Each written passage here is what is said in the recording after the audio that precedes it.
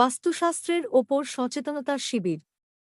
বাস্তুশাস্ত্র সচেতনতার সেমিনার হয়ে গেল সম্প্রতি গীতাঞ্জলি অডিটোরিয়াম এর সুরেন্দ্রনাথ কলেজ ফর ওমেন শিয়ালদায়। উপস্থিত ছিলেন দক্ষিণেশ্বর রামকৃষ্ণ সংঘ আদ্যাপীঠের ব্রহ্মচারী তেজেশ্বর নারায়ণ মহারাজ, ড অশোক কুমার মল্লিক, এডভোকেট দেবাশিস ব্যানার্জি, হাইকোর্ট কলকাতা, আচার্য মধুমিতা, ড পরিমল কৃষ্ণ সমাদ্দার, দীপঙ্কর চক্রবর্তী ও অন্যান্য বিশিষ্ট ব্যক্তিবর্গ। বহু ছাত্রছাত্রী এই সেমিনারে অংশগ্রহণ করেন।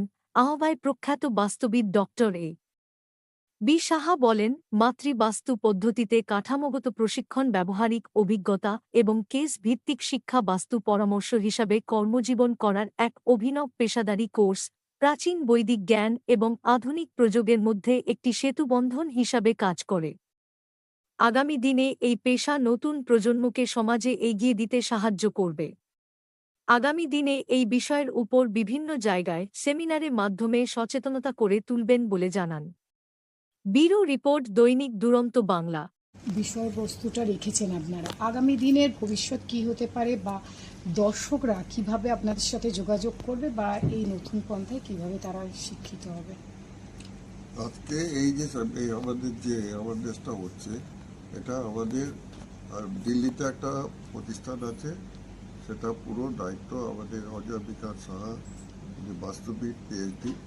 উনি ইচ্ছা করলো যে একটা কলকাতাতে এরকম একটা সেমিনার করি এবং এখানে একটা একটা প্রতিষ্ঠান করি এবং ওয়ার্কশপ করা নিচ্ছি।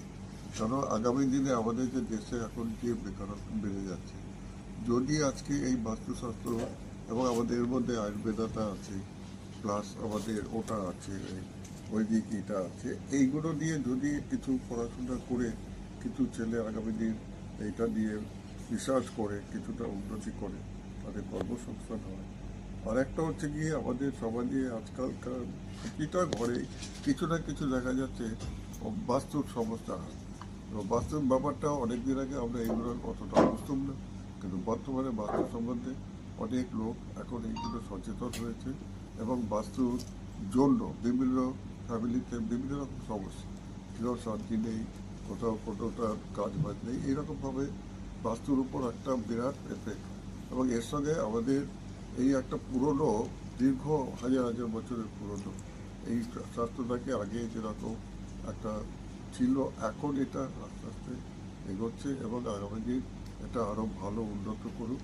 এবং এই আমাদের করবেন এরকম সেমিনার আর কোথায় কোথায় এরপরে করবেন? আমাদের ওখানে আমাদের সমাজ সদর নজরুল মঞ্চ আমাদের দত্তলাতে আছে, এরপরে একটা ওখানে করা হবে এবং বালিগঞ্জে আমরা একটা অনুষ্ঠান এইরকম একটা সেমিনার করব।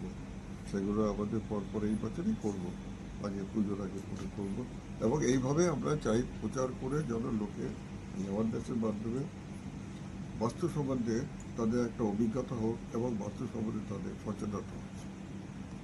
আপনার নামটা? আমি ডাক্তার পরিমল কিশোর সমাদ্দার,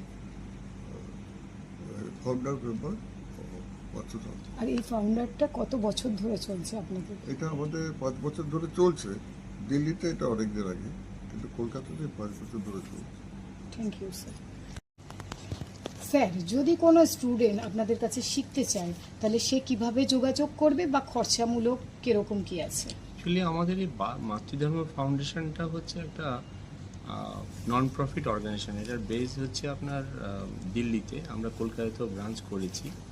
তো আমরা যদি দিল্লিতে শিখতে চায় তাহলে তাদেরকে দিল্লি আমাদের যে নাম্বার আছে, নাম্বারে ফোন করে যোগাযোগ করলে আমরা ধরুন যাদের অনেকের আছে যে হয়তো ফিনান্সিয়াল প্রবলেমের জন্য উনি পড়াশোনা করতে পারেন না বা এই সাবজেক্টটা পড়াশোনার ইচ্ছে থাকলেও করতে পারেন না, আমাদের এই যে ফাউন্ডেশন আছে, ফাউন্ডেশন তাদেরকে স্কলারশিপ দিয়ে হোক বা ফ্রিভাবে পড়াশোনা করারও ব্যবস্থা আছে। আর যারা একটু সামর্থ্যবান আছে তারা ডোনেশনের মাধ্যমে ইচ্ছে করলে পড়াশোনা করতে পারেন। তবে ফিস অ্যাকচুয়ালি আমরা একটা স্ট্যান্ডার্ড ফিস রেখেছি, হয়তো কোথাও 10,000, কোথাও 11,000, কোথাও হয়তো 21,000, কিন্তু এইটা অ্যাকচুয়ালি একটা ফর্মাল জিনিস। কিন্তু যদি কোনো স্টুডেন্ট মনে করে যে তার শেখার ইচ্ছে এবং এই ব্যাপারে সে কনসালটেন্ট হিসেবে নিজেকে ডেভেলপ করতে চায়, তার ফিনান্সিয়াল প্রবলেম আছে, সেক্ষেত্রে আমার মনে হয় আমাদের ফাউন্ডেশন দিক থেকে কোনো প্রবলেম আছে এবং ওকে হয়তো বিনা পয়সায় হোক বা ধরুন হয়তো একটা সাবসিডি দিয়ে হোক, স্কলারশিপ দিয়ে হোক, তাকে পড়াশোনা করানো যাবে। তো আমাদের যে মাতৃধর্ম ফাউন্ডেশন বা মাতৃবাস্তু যে আমাদের ট্রেনিং ইনস্টিটিউট আছে, সেখানে যদি সরাসরি যোগাযোগ করে ওই যোগাযোগ করলে আমরা তাদেরকে ভর্তি নিয়ে নিব। আমরা অনলাইনের মাধ্যমে বা ক্লাসরুমের মাধ্যমে আমরা কোর্স করিয়ে থাকি। এটা ভারতবর্ষের যে কোনো প্রান্ত থেকে ইচ্ছে করলে ওরা ভর্তি হতে পারে, অ্যাডমিশন নিতে পারে এবং পড়াশোনা করতে পারে। যেহেতু অনলাইনে অনেক ব্যবস্থা আছে, তো সাথে হয়তো যখনই প্র্যাকটিক্যাল ক্লাসের দরকার হয়, যখনই একটা গ্রুপ অফ স্টুডেন্ট থাকে, তখন আমি ওই এলাকায় হয়তো 1-2 দিনের জন্য গিয়ে সেখানে স্টুডেন্টদেরকে আমি প্র্যাকটিক্যাল ক্লাসটা করিয়ে দিয়ে আসি। বা স্টুডেন্টরা যদি নিজেরা কখনো কোনো এরিয়া যদি চুজ করে যে আমরা এই জায়গাটায় গিয়ে আমরা প্র্যাকটিক্যালটা করব শেখার জন্যে, আমাদের ফাউন্ডেশনের তরফ থেকে ইনস্ট্রাক্টররা গিয়ে বা আমি নিজে গিয়ে সে সমস্ত কোর্সগুলো আমি করিয়ে দিই। কত দিনের কোর্সটা? অ্যাকচুয়ালি এইটা 6 মাস থেকে 1 বছর লাগে। এবার যদি কেউ মনে করে যে না আমি একটু অল্প সময় শিখবো, অনেকে আছে অন্য প্রফেশনে আছেন, তার হয়তো টাইম অনেক কম থাকে, তো তাদেরকে স্পেশালভাবে আমরা অনেক সময় কোর্স করিয়ে থাকি। সেক্ষেত্রে হয়তো ফিসের স্ট্রাকচারটা একটু অন্যরকম থাকে। তার সামর্থ্যের উপরেই পুরোটা নির্ভর করে। কোনো কোয়ালিফিকেশন ব্যাপার আছে? কোয়ালিফিকেশন অ্যাকচুয়ালি 12 ক্লাস পাস হলেই সুবিধে। সায়েন্স স্টুডেন্টরা একটু ভালো সুবিধা হয় ওদের পক্ষে। তবে এই যা সাবজেক্ট, তাতে করে অন্য স্ট্রিম থেকেও একটু যদি 12 পাস হয় তাহলে খুবই ভালো হয়। এখন কি ধরনের ইন্টারেস্ট পাওয়া যাচ্ছে ছাত্রছাত্রীদের মধ্যে? ইন্টারেস্ট আমাদের অনেক স্টুডেন্টই আমাদের কাছে পড়াশোনা করে, কিন্তু যেহেতু অ্যাকচুয়ালি আমাদের কোর্সটা একটু আমরা মানে একদম প্রফেশনাল কোর্স হিসাবে রেখেছি, অনেকে মনে করে হয়তো 2 মাস 3 মাসে একটা কোর্স করে হয়তো আমরা বাস্তবিদ হয়ে যাব। তো আমাদের এই কোর্সে কিন্তু ওরকম কোনো সিস্টেম নেই।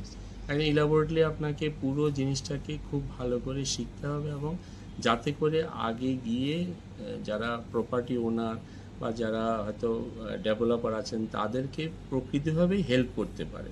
এই নয় যে কোনো রকম একটু শিখে নিলাম, নিখে গিয়ে আমি ওখানে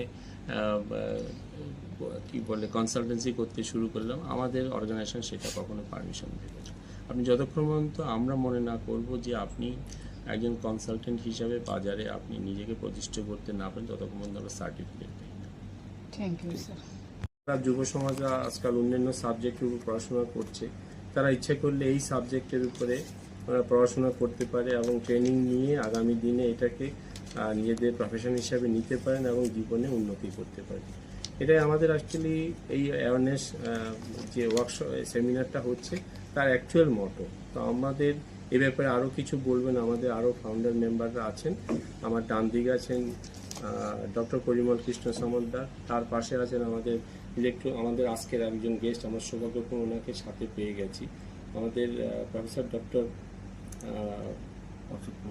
অশোক কুমার মল্লিক, যিনি প্রিন্সিপাল ইলেকট্রো-হোমিওপ্যাথিক কলেজের প্রিন্সিপাল। আমাদের সাথে আছেন এই মুহূর্তে আমাদের যে কোঅর্ডিনেটর আচার্য মধুমিতা, উনি আপনাদেরকে এই ব্যাপারে আরও বিশেষভাবে আলোকপাত করবেন। দাদা, আজকে যে আপনাদের এই অনুষ্ঠানটা আছে এই বিষয়ে কি বলবেন? অ্যাকচুয়ালি আজকে আমাদের প্রোগ্রামটা হচ্ছে মাতৃধর্ম ফাউন্ডেশনের তরফ থেকে একটা বাস্তু অ্যাওয়ারনেস সেমিনার করছি আমরা শিয়ালদাতে সুরেন্দ্রনাথ কলেজ ফর উইমেন্সের অডিটোরিয়াম, গীতাঞ্জলি অডিটোরিয়ামে। এখানে বহু বিশিষ্টজনরা আসছেন আসলে অনুষ্ঠানটাকে ইনোগ্রেট করার জন্য, এবং চিফ গেস্ট হিসেবে থাকছেন ডক্টর পুরেন্দ্র প্রকাশ পাল, উনি teacher in charge Surendranath college Sealdah. আর ইনোগ্রেশনে থাকছেন ব্রহ্মজয় তেজস্বর নারায়ণ মহারাজ, উনি আদ্যাপীঠের দক্ষিণেশ্বর রামকৃষ্ণ সংঘ আদ্যাপীঠ থেকে আসছেন।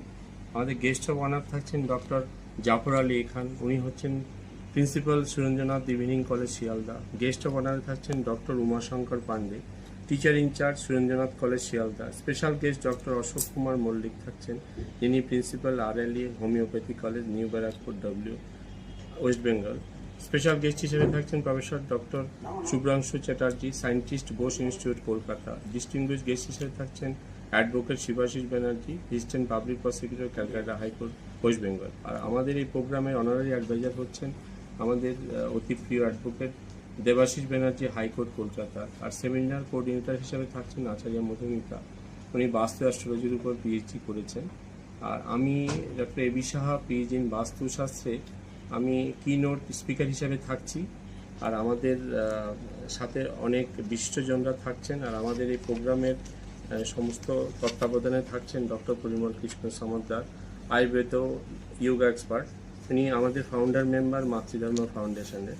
আর আমাদের এই প্রোগ্রামটা অ্যাকচুয়ালি আজকালকার যুগের মানুষদের আধুনিক সমাজে যে বাস্তু নিয়ে যে প্রবলেমটা মানুষ ফেস করছে এবং তার জন্য যে একটা পারিবারিক অশান্তি, মানুষের জীবনে উন্নতি, টাকা পয়সা থাকা সত্ত্বেও মানুষ খুব ভালো বাড়ি ঘরে থাকা সত্ত্বেও মানুষের জীবনে যে সমস্যাগুলো আছে সেই সমস্যাগুলো কেন হচ্ছে এবং সেগুলো কীভাবে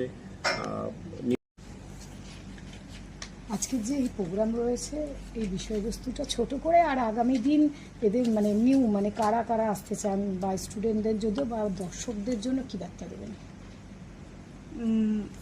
আমাদের যে এই প্রোগ্রামটা করা হচ্ছে মাতৃধর্ম বাস্তু ফাউন্ডেশনের তরফ থেকে, এটা একটা অ্যাওয়ারনেস প্রোগ্রাম এবং এই প্রোগ্রামটার একটা মোটো হলো মানুষের সচেতনতা বাড়ানো।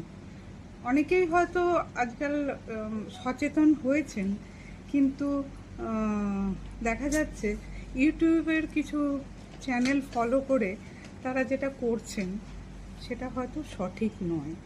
একটা কোর্সের মাধ্যমে পড়ে যে জ্ঞানটা আমরা লাভ করি আর একটা কোনো জিনিস থেকে একটা অ্যাব্রাপ্টলি তুলে নিয়ে যেটা শেখা, দুটোর মধ্যে অনেক পার্থক্য আছে।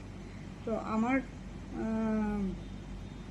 আমার বক্তব্য যে এত ভালো একটা সায়েন্টিফিক নলেজ আমাদের বৈদিক জ্যোতিষ থেকে এসছে, তো সেই নলেজটা স্প্রেড করা সবার মধ্যে এবং করে যথাযথভাবে তার প্রয়োগ করা।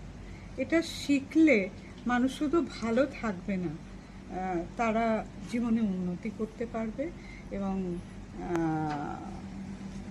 যদি মনে করে যে তারা এটাকে প্রফেশন হিসেবে নিতে চায়, তো এগুলো খুব ভালো ফল পাবে।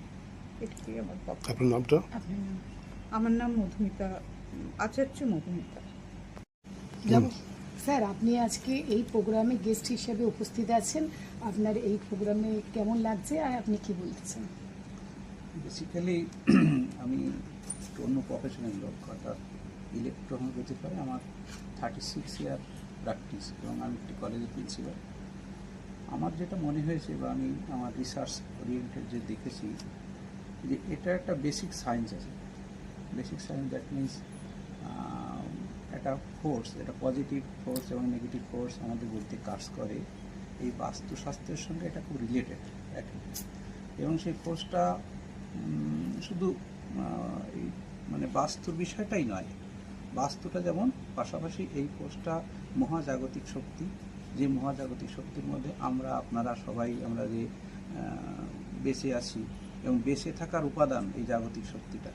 এবং সেখানে এটাকে আরও অ্যানালিসিস করলে, কারণ এর উপরে রিসার্চ অনেক কম হয়েছে, আরও বেশি বেশি যদি রিসার্চ হয় তখন দেখা যাবে যে মডার্ন মেডিকেল সায়েন্সের সাথে এর অনেকটা রিলেশন আছে, অনেকটা রিলেটেড আছে। মডার্ন মেডিকেল সায়েন্সে যেসব উত্তর পাওয়া যাচ্ছে না, এই শাস্ত্রের মধ্যে সেসব উত্তর পাওয়া যাবে।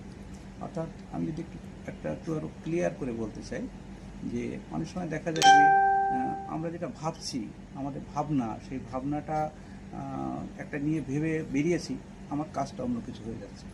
অর্থাৎ আমি যদি বললাম রামের দোকান থেকে তেল কিনে নিয়ে আসি, শ্যামের দোকান থেকে তেল কিনে আনছি, তো এই যে আমি কেন আনছি, কোথায় আমার এই বিষয়টা, বাড়িতে আমরা একটা বাড়ি করলাম, বাড়িতে মনে হচ্ছে যেন শান্তিতে থাকবো, শান্তি থাকতে পারছি না, তাহলে কেন? এর এই উৎসটাই আছে আমাদের এই অনুসন্ধান করা, আমাদের এই প্রোগ্রামের মূল ভিত্তিগুলি।